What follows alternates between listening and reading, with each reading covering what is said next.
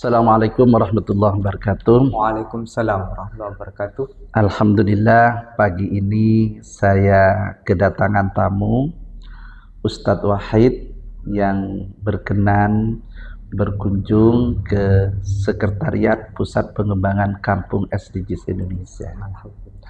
Perlu dimaklumi, Ustadz Wahid ini salah satu penulis dari buku Fikih SDGs yang dulu kami diminta oleh Kementerian Bappenas untuk membuat buku Fikih SDGs, dan kami membuat tim penulis, salah satunya adalah Ustadz Wahid yang ada di sini sekarang. Ustadz Wahid perlu diketahui, kami membuat gagasan kampung SDGs ini pada tahun 2017 ketika kami menjadi ketua Basnas.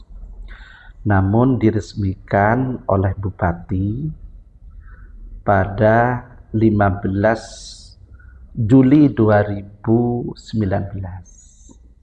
Nah, kami membuat kampung-kampung SDGs di Kabupaten Jember. Jadi ada Jember Barat, Jember Timur, Jember Utara, kemudian Jember Selatan, dan di daerah kota. Dengan maksud kita ini ingin tujuan-tujuan SDGs atau pembangunan berkelanjutan itu miniaturnya adalah kampung gitu. Jadi kalau desa ini rasanya terlalu besar, sehingga kami dengan teman-teman itu ayo kita buat miniatur bagaimana tujuan-tujuan SDGs yang 17 itu bisa terlaksana di tingkat kampung dulu. Nah, alhamdulillah Ustadz Wahid, gagasan kami ini direspon. Dan kami membina kampung SDGs itu lewat lembaga Badan Amil Zakat Nasional, Basnas Kabupaten Jember. Dan terus kami lakukan bersinergi dengan perguruan tinggi, sehingga banyak sekali perguruan tinggi baik di Jawa Timur maupun di luar Jawa yang berkunjung ke kampung SDGs.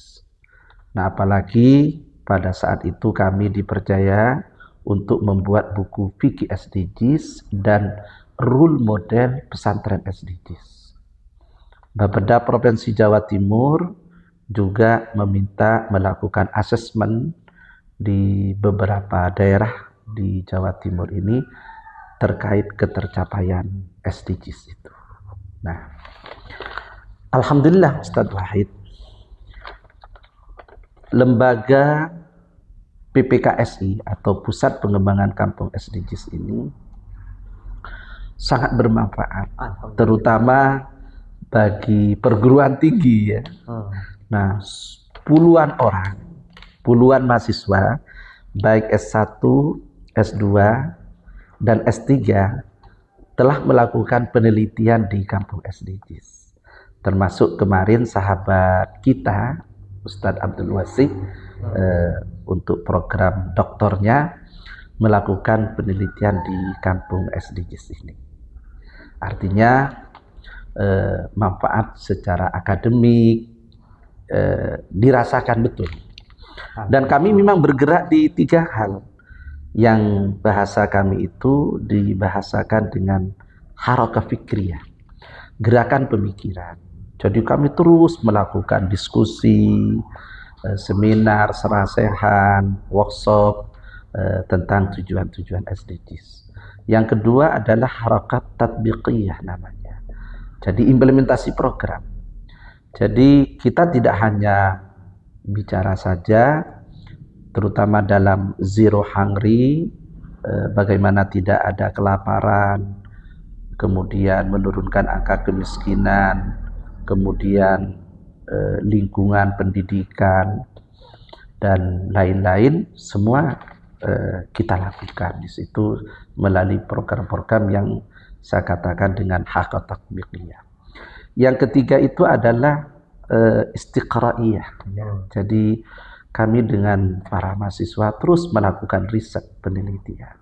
Nah, yang ingin saya curhatkan ya, yang saya ingin tanyakan kepada Ustadz Wahid, karena Ustadz Wahid ini membidangi bidang fikih ya, khususnya usulul fiqh ya, hukum-hukum Islam. Nah, saya baca-baca bahwa SDGs ini sangat berkaitan dengan maqasidus syariah. Ada pendapat dari Dr. Jamaluddin Atiyah yang kitabnya dikenal dengan Nahwa Taf'il Maqasidus Syariah ya, bahwa ada 4 dimensi ya, ada majalul fardi, ada majalul usra, ada majalul ummah, ada majalul insaniyah. Nah, tolong dijelaskan Ustadz Wahid korelasi antara SDGs ini dengan maqasidus syariah tadi. Baik, terima kasih Pak Kiai Haji Misbah. Yeah. Pertama-tama mungkin kita dimulakan dulu dari awal ya. PBB di tahun 2015 itu merumuskan SDGs dalam 17 tujuan. 17 tujuan dan 3 pilar. Nah, kita pakai cocok logi dulu. Dalam agama kita itu ada 3 pilar kan. Islam, iman, ihsan. Iman, Islam, ihsan. Atau akidah, syariah dan akhlak. Ada 3 pilar. Terus cocok logi yang kedua 17 tujuan. Nah, ini sama seperti rukun salat. Iya. Jadi SDG sendiri secara cocok logi ini Islami gitu ya. Ini cocok logi. Cocok logi. Tanpa dasar apa aja lain cocok-cocokan aja. Nah,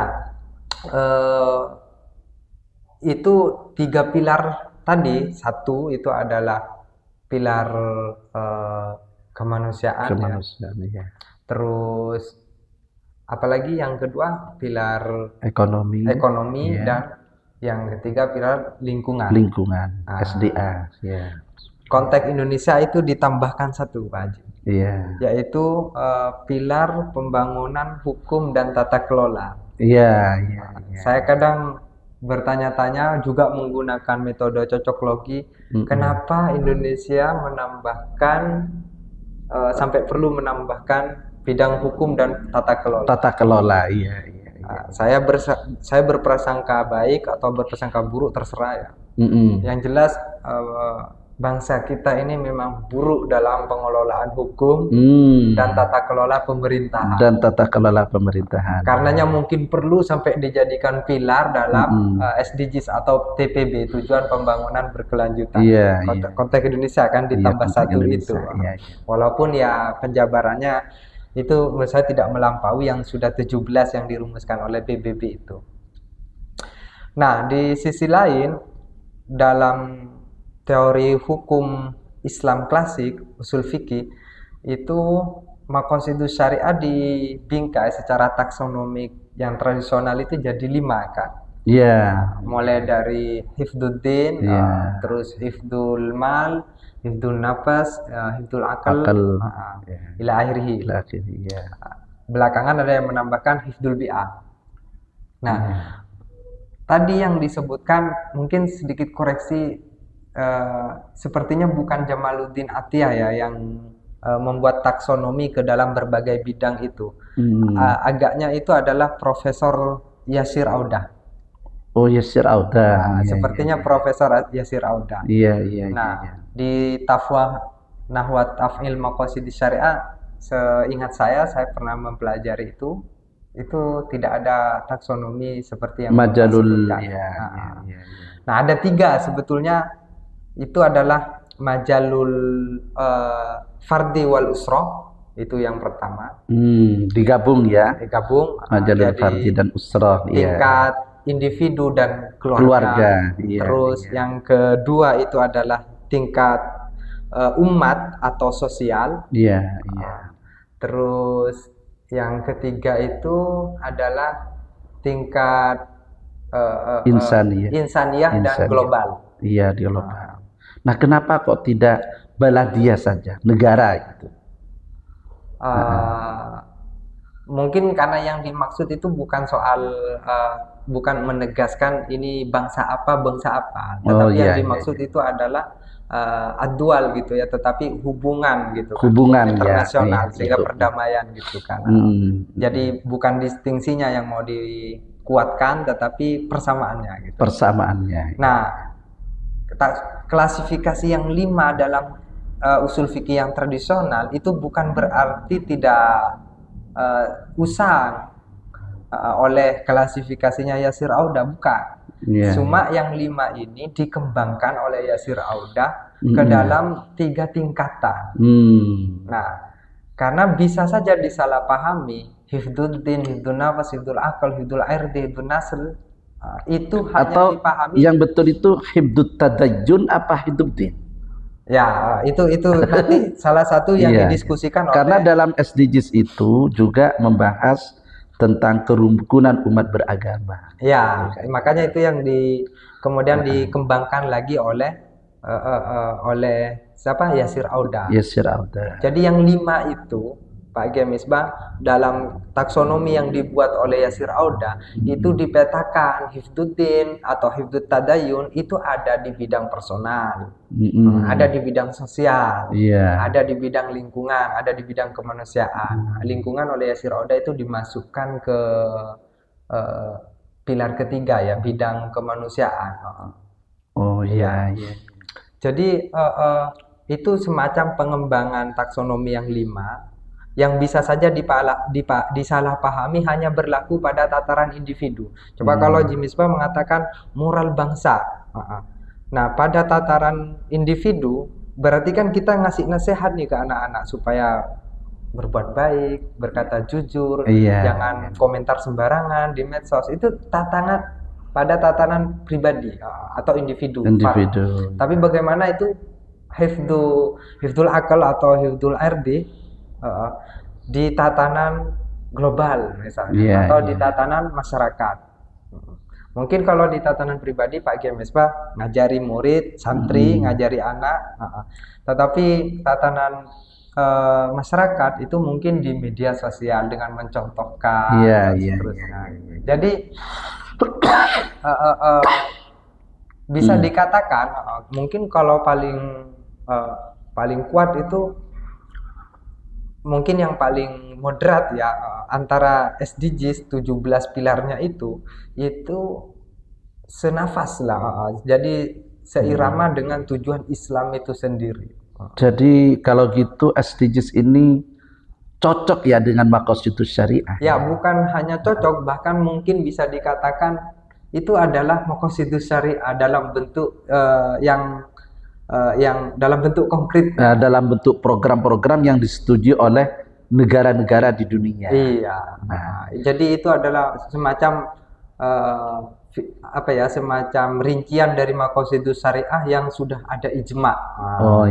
Jadi kesepakatan PBB itu bisa kita sebut kalau dalam teori hukum sebagai ijma. Ijma itu ya? Iya, ijma. Jadi kemarin kan sempat ada diskusi tentang fikih peradaban itu. Salah satu yang dibahas tentang keputusan PBB. Nah, keputusan PBB itu berarti ijma. Keputusan PBB itu ijma. Nah, kalau ijma dan itu sudah menjadi syariat. Ya, bisa sekurang-kurangnya memiliki memiliki validitas yang direstui oleh syariat gitu. Nah, berarti kalau melanggar bertentangan dengan syariat. Nah, misalnya penambangan sekarang, kenapa kalau penambangan yang ada di berbagai dunia, ya tidak hanya di Indonesia lah. Tapi kenapa negara masih memberikan izin, padahal penambangan itu bertentangan dengan tujuan-tujuan SDGs. Nah, misalnya merusak lingkungan. Nah, itu gimana Ustadz Wahid?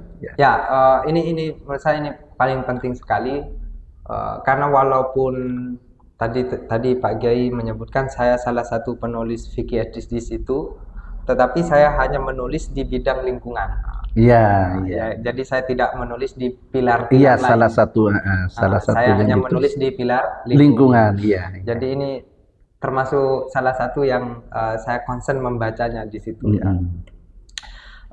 Dari 4 pilar atau 3 pilar ini, kalau ditanya ketika terjadi pertentangan antara tiga-tiganya, misalnya pilar apa tadi, satu yang pertama majalul sosial, SDA,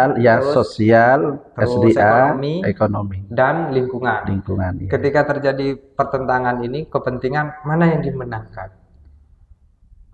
Nah, itu kan idza ta'aradan antara kepentingan ekonomi dan lingkungan, atau antara kepentingan sosial dan lingkungan. Mana yang dimenangkan?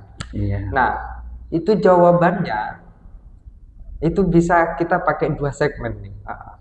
Segmen yang pertama itu adalah konteks politis dan implementatif.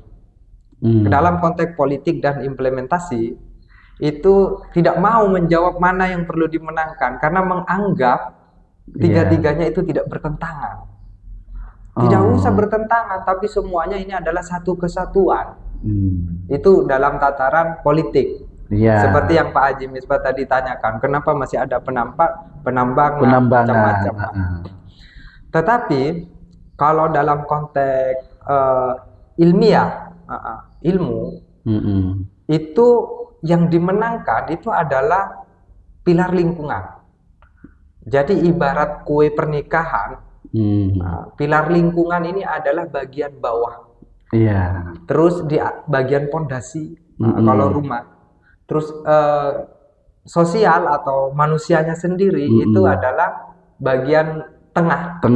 Kemudian bagian atas adalah ekonomi. Jadi Pak Kiai Misbah, rumah Kiai Haji Misbah sebagus apapun ekonominya, misalnya ada Fortunernya 2, di berbagai ruangan ada AC, pertanyaannya apakah bisa berdiri tanpa pondasinya?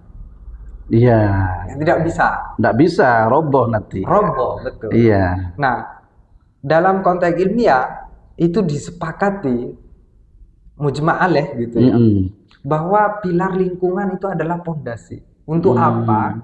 Anda banyak duit, sejahtera gitu secara ekonomi, tidak bertengkar dengan tetangga, sejahtera secara sosial, tetapi Anda harus beli untuk bernafas. Sehingga artinya mudaratnya lebih banyak. Banyak. Kadang kan ketika sudah kita berbicara soal politik, kita selalu berbicara tentang kesejahteraan masyarakat kan. Pertanyaannya misalnya ketika penambangan nih, demi kepentingan masyarakat. Coba kita lihat misalnya dari Bappenas sendiri itu berapa sumbangan kepada pendapatan negara dari penambangan. Itu kecil sekali loh dibanding cukai rokok. Lebih banyak rokok. Lebih banyak cukai rokok. Jadi Pak Kiai Misbah sebagai perokok dan saya juga secara tidak langsung kita menyumbang ke negara. Makanya saya berhak kan ratusan itu. Iya. Tapi kan anehnya belakangan ini ini kemana-mana bicaranya Pak. Iya, tidak apa-apa itu. Anehnya saat cukai terus dinaikkan kan, ingin terus dikembangkan pendapatan ini, tetapi di sisi lain penegakan hukum kepada rokok-rokok ilegal itu kan dibiarkan. Ini nggak jelas kan kenapa dibiarkan. Makanya itu penting tadi sampai perlu ditambahkan pilar tata kelola hukum dan pembangunan hukum dan tata kelola. Karena memang mohon maaf memang buruk kita di situ. Nah, berarti rekomendasinya penambangan ini bertentangan dengan tujuan SDGs. Kalau seperti itu. Tidak, jangan dibuat kesimpulan langsung begitu.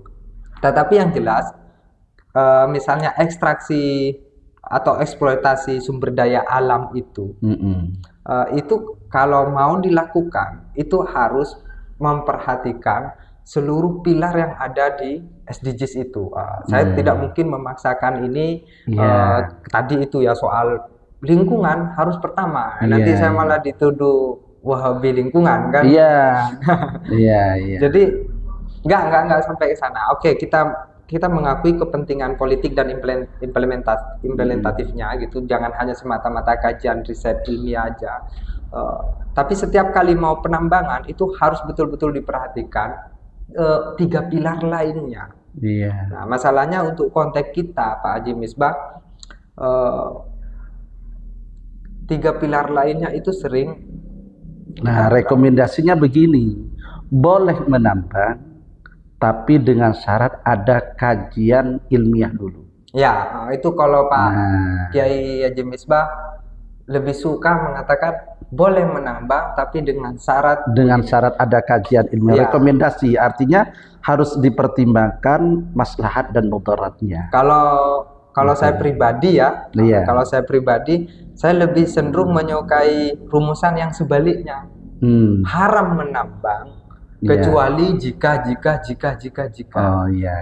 Jadi bukan boleh menambang jika. Jadi bolehnya duluan yang utama.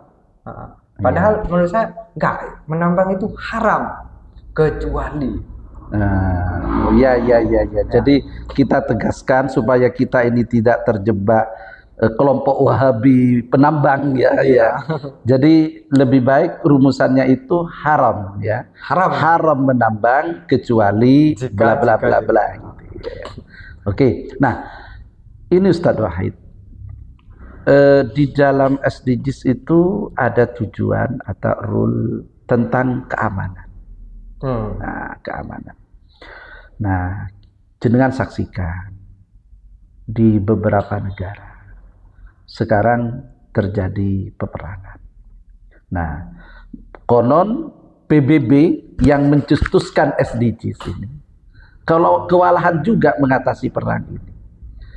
Nah, berarti ini yang salah itu apa memang institusi PBB-nya atau memang negara-negara yang sedang konflik ini, gitu.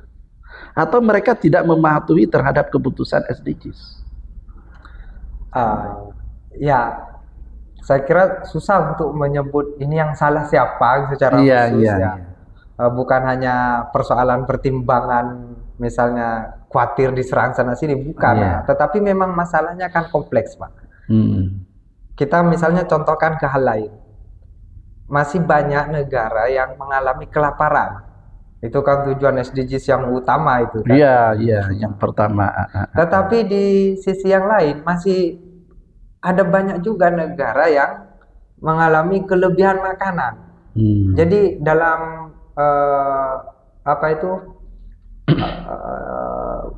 WHO itu disebut bahwa gizi buruk itu ada 2. Yang pertama itu adalah kekurangan gizi, yang kedua adalah kelebihan gizi. Dan ini sama-sama masalahnya, sama-sama problemnya. Gitu. Saya kadang mikir dengan gaya yang tarung bebas gitu ya, tanpa metode.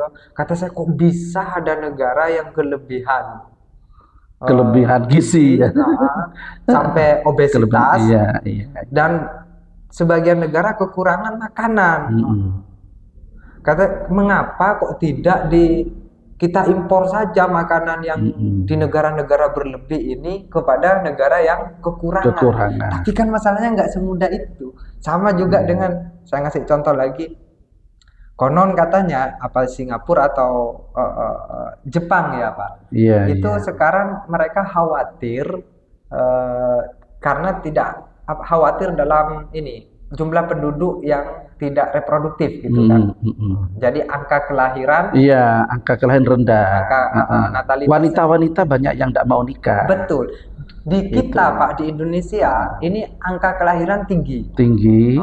Artinya lebih, ini bisa-bisa lebih lebih penduduk kan? Ya, atau istilahnya infijarus sukar, ya, ledakan penduduk. Bahasa apa ya, bahasa optimisnya pemerintah bonus demografi. Bonus demografi. Itu bahasa optimisnya apa? Bahasa pesimisnya adalah bencana demografi. Bencana. Karena kalau itu tidak dikelola, tidak ada lapangan pekerjaan, itu bukan bonus bagi negara bangsa ini. Ya. Itu adalah bencana. Saya mikir tadi dengan gaya yang ngawur gitu ya. Kenapa tidak kita ekspor saja para pejantan-pejantan tangguh dari Indonesia ke Jepang?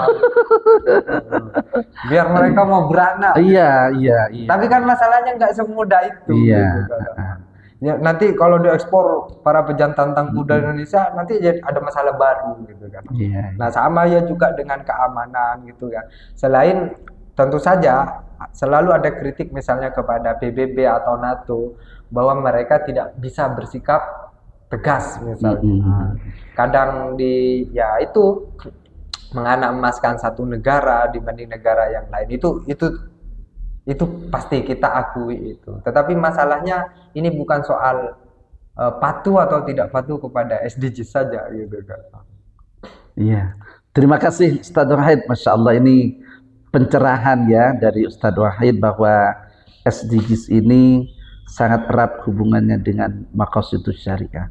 Artinya para aktivis SDGs dimanapun berada, baik itu di dalam negeri maupun luar negeri, mari terus semangat supaya tujuan-tujuan SDGs ini dapat tercapai, karena ini sangat sesuai dengan maqasidus syariah.